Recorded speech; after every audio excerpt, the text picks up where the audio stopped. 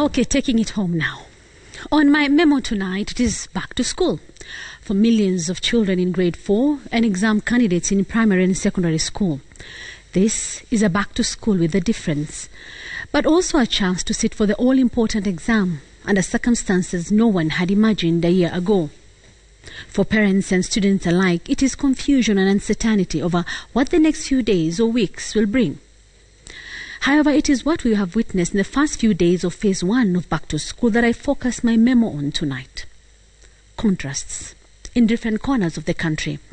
In some schools, we have seen children in masks, sitting on their desks, the mandatory 1.5 meters apart, teachers giving them much-needed lessons. Outside, various water points clearly labelled with soap, clean washrooms with running water, clean, well-lit dormitories, beds put feet apart. A truly rosy picture. Lakini bila kusahau taswira ya kushangaza ya wasichana wa shule wakinyunyiziwa dawa. An instance of taking things a bit too far. Some would say part of the reason why we are seeing the good visuals in some part of the country is because only a small fraction of learners are back in school, and that once they all troop in, there'll be no space for all. We'll be back to how things were before.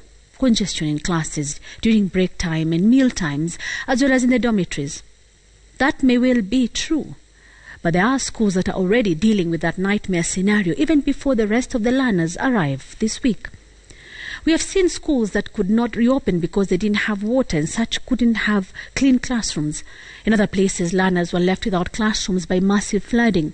We saw pictures in the dailies on TV screens of students in their neat uniforms but seated on the floor in class.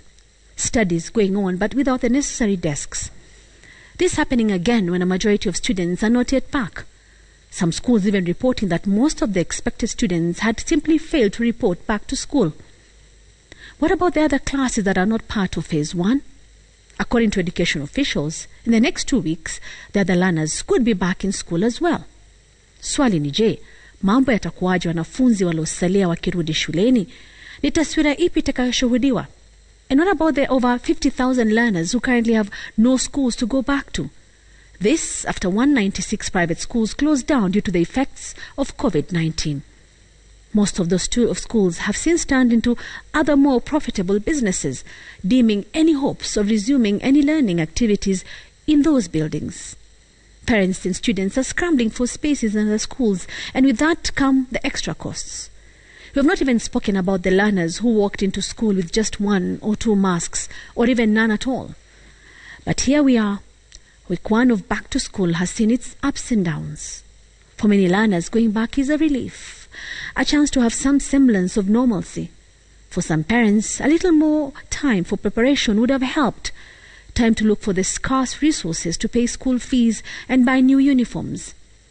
But there's one more headache now. COVID-19.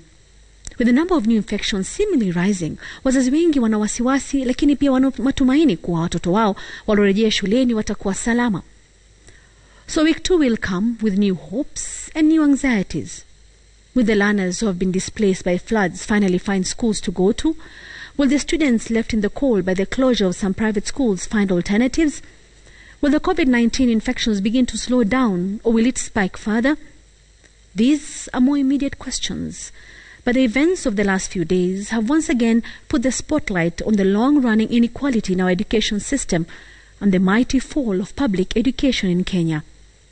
I do hope we get the lesson. That is my memo.